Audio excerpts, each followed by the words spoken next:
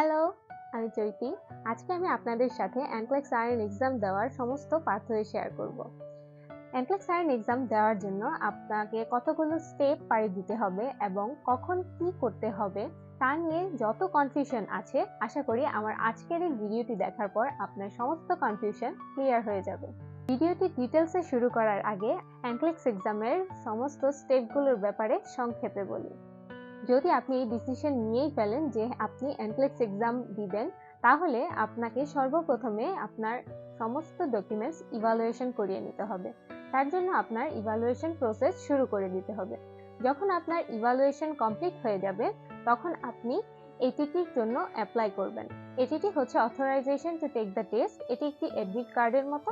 এটি আপনার পরীক্ষা ডেট বুক করার জন্য প্রয়োজন। যখন আপনি এটিটি নাম্বার পেয়ে যাবেন, তখন আপনি যে দেশে গিয়ে পরীক্ষা দিতে চান সেই দেশের ভিসার জন্য অ্যাপ্লাই করে ফেলবেন।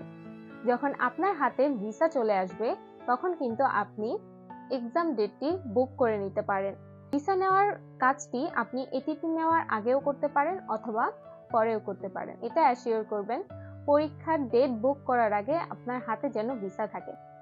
এখন যখন আপনি জানেন আপনার পরীক্ষার ডেট কবে, আপনি ট্রাভেল প্ল্যান শুরু করে দিন। ফাইনালি আপনার এক্সাম ডেটে এক্সাম দিয়ে পাস করুন।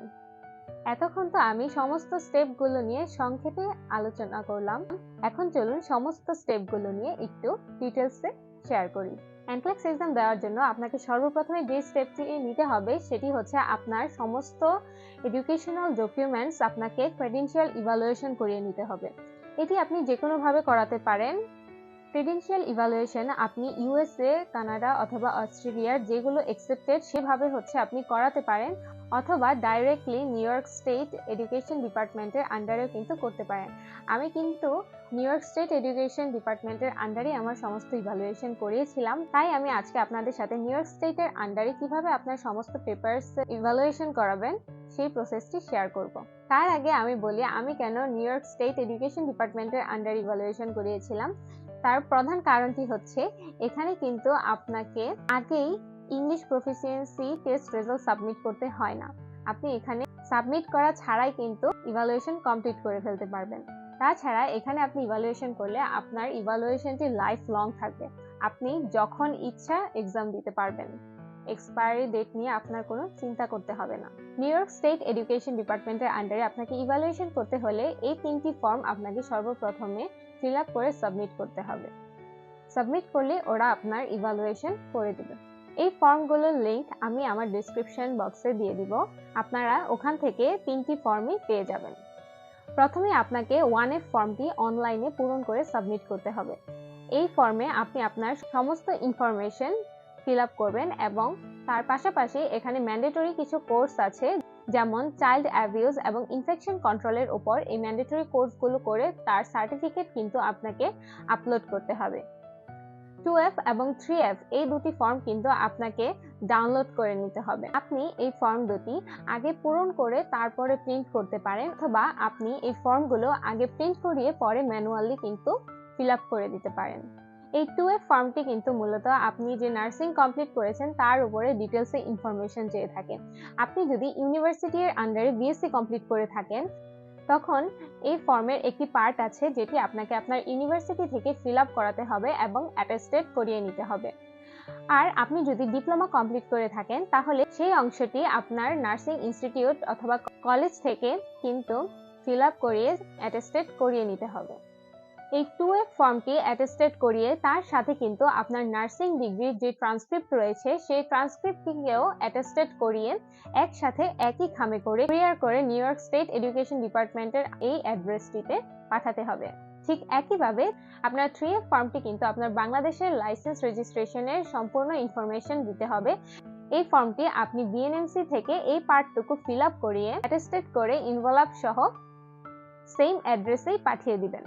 এখানে মনে রাখবেন দুটো ইনভলভই কিন্তু আপনার সেপারেটলি কুরিয়ার করে পাঠাতে হবে। আপনি যখন এই ফাইলগুলো ফিল আপ করতে বসবেন, তখন আপনি অবশ্যই সর্বপ্রথমে আপনার 2F এবং 3F এর কাজ কমপ্লিট করে নেবেন, কারণ বাংলাদেশের পেপার ওয়ার্কসগুলো করতে আসলে অনেক সময় লেগে যায়। আর আপনি চেষ্টা করবেন আপনার 1F কমপ্লিট করার 1 সপ্তাহের মধ্যে 2F এবং 3F এই দুটোকে কুরিয়ার করে পাঠিয়ে দিতে। সো আপনি প্ল্যান করে আগাবেন। এই সমস্ত প্রসেসিং এবং সমস্ত NCLEX এক্সাম দেওয়ার জন্য আপনার কত খরচ হবে এবং কত বাজেট নিয়ে আপনাকে আগাতে হবে তা নিয়ে আমি ডিটেলসে অন্য একটি ভিডিও শেয়ার করব। আপনি এই 3টি ফর্ম সাবমিট করার পর অপেক্ষা করবেন আপনার এলিজিবিলিটি কনফার্মেশন মেইল আসার পর্যন্ত। ঠিক এইরকম একটি মেইলের মাধ্যমে আপনাকে জানানো হবে যে আপনি এক্সাম দেওয়ার জন্য এলিজিবল। আমার ক্ষেত্রে যেমন 3 মাসের মতো সময় নিয়েছিল এই মেইলটি আসতে, কিন্তু বর্তমানে 1 মাসের মধ্যেই এলিজিবিলিটি কনফার্মেশন মেইল দিয়ে দিচ্ছে। এর মানে আপনার ইভালুয়েশন কমপ্লিট হয়ে গেছে এবং এখন আপনি NCLEX RN এক্সামটি দিতে পারবেন। আপনার ইভালুয়েশন কমপ্লিট হওয়ার পর এখন আপনার প্রথম কাজ হচ্ছে National Council of State Board of Nursing এ আপনাকে রেজিস্ট্রেশন করতে হবে। তার জন্য আপনি nclex.com এই সাইটটিতে চলে যাবেন এবং এখান থেকে রেজিস্ট্রেশন করে ফেলবেন। এই সাইটটিতে রেজিস্ট্রেশন করার পর আপনি এখান থেকে এটিটি নিতে পারবেন, এক্সাম শিডিউল করতে পারবেন এবং আপনার এক্সাম শেষে কিন্তু কুইক রেজাল্টও এখান থেকেই দেখতে পারবেন। সো অবশ্যই চেক করে নেবেন আপনার সমস্ত ইনফরমেশন এখানে কারেক্টলি আছে কিনা। যদি কোনো ভুল ইনফরমেশন থেকে থাকে তাহলে সেটি অবশ্যই ঠিক করিয়ে নেবেন। এখান থেকে আপনি এটিটির জন্য অ্যাপ্লাই করে ফেলবেন। এটিটির জন্য অ্যাপ্লাই করার পর আপনার 2 দিনের মধ্যেই কিন্তু আপনি একটি এটিটি নাম্বার পেয়ে যাবেন। এটিটি নাম্বার পাওয়ার পর আপনি তা দিয়ে এক্সাম বুক করতে পারবেন। মনে রাখবেন আপনি একটি এটিটি দিয়ে কেবলমাত্র একটি পরীক্ষাই দিতে পারবেন। সো আপনি নেক্সট টাইম পরীক্ষা দিতে গেলে আপনাকে পুনরায় এটিটি নিতে হবে এবং তারপর আপনি আবারও পরীক্ষা দিতে পারবেন। এবং এই এটিটি এর মেয়াদ 6 মাস হয়ে থাকে। 6 মাসের মধ্যে আপনাকে পরীক্ষায় বসতে হবে। এখন যেহেতু আপনি এটিটি নাম্বারটি পেয়ে গেছেন, আপনি এখন ভিসার জন্য অ্যাপ্লাই করে ফেলতে পারেন। আপনি কোন দেশে গিয়ে এক্সাম দিতে চান সেই দেশের ভিসার জন্য অ্যাপ্লাই করে ফেলবেন এবং ভিসা হাতে পাওয়ার পর আপনি সেই এটিটি নাম্বার ইউজ করে আপনার এক্সাম সেন্টার এবং এক্সাম ডেট এবং এক্সাম টাইম সবকিছু ভালো করে দেখে বিবেচনা করে আপনি এক্সাম বুক করবেন। যেই দিনটিতে এক্সাম দিতে চাচ্ছেন তার 2 মাস আগে এক্সাম ডেটটি বুক করার। যেমন আপনি যদি প্ল্যান করে থাকেন যে আমি নভেম্বরের লাস্টের দিকে এক্সামে বসবো, সো আপনি অ্যাটলিস্ট চেষ্টা করবেন সেপ্টেম্বরের শুরুর দিকে আপনার এক্সাম ডেটটি বুক করে ফেলার। এতে করে আপনার পরবর্তী প্ল্যানগুলো করতে সুবিধা হবে এবং আপনার লাস্ট মোমেন্টে গিয়ে কিন্তু আপনি এক্সাম দেওয়ার জন্য আপনার কাঙ্ক্ষিত ডেটটিতে কিন্তু অ্যাভেলেবল স্লট নাও পেতে পারেন। সেই জন্য আপনি আগেই আপনার ডেটটি বুক করে নিশ্চিন্তে প্রিপারেশন নিতে থাকবেন। আপনি যখন আপনার এক্সাম ডেটটি বুক করে ফেলবেন, এখন আপনি জানেন আপনার এক্সাম কবে। সো সেই অনুযায়ী কঠোরভাবে প্রিপারেশন নিতে শুরু করুন এবং আপনার ট্রাভেল প্ল্যান কমপ্লিট করে ফেলুন। আপনি আপনার এয়ার টিকেট এবং হোটেল বুকিং কিন্তু 2 মাস আগেই করে ফেলতে পারেন। 2 মাস আগে যদি আপনি এয়ার টিকেট বুক করেন, এতে কিন্তু আপনার খরচ কিছুটা কমে আসতে পারে। এখন আপনি নির্ধারিত সময়ে আপনার কাঙ্ক্ষিত ডেটে এক্সাম হলে চলে যান এবং আপনার NCLEX পরীক্ষাটি খুব ভালোভাবে সম্পন্ন করুন এবং ইনশাআল্লাহ পাস করবেন। এই তো মোটামুটি ইভালুয়েশন প্রসেসিং থেকে শুরু করে আপনার NCLEX জার্নিতে আপনাকে এই স্টেপসগুলোই ফলো করতে হবে। আশা করি আমার আজকের এই ভিডিওটি দেখার পর আপনাদের NCLEX পরীক্ষা দেওয়ার জন্য কখন কি করতে হবে এবং কতগুলো আসলে স্টেপস আছে সেগুলোর উপরে আপনাদের ক্লিয়ার একটা ধারণা হয়েছে। তারপরেও যদি আপনাদের কোনো কোয়েশ্চেন থেকে থাকে অবশ্যই আমাকে কোয়েশ্চেন করবেন। পরবর্তীতে আমি এই সমস্ত স্টেপসগুলোতে আপনাকে কত খরচ করতেই হবে এবং আপনার বাজেট কত রেখে আগাতে হবে তার উপর একটি ক্লিয়ার ধারণা দেওয়ার চেষ্টা করব। আশা করি বাংলাদেশ থেকে সামনে আরো অনেকেই পরীক্ষা দিবেন এবং আপনারা সবাই পাস করবেন। সবার জন্য অনেক অনেক শুভকামনা।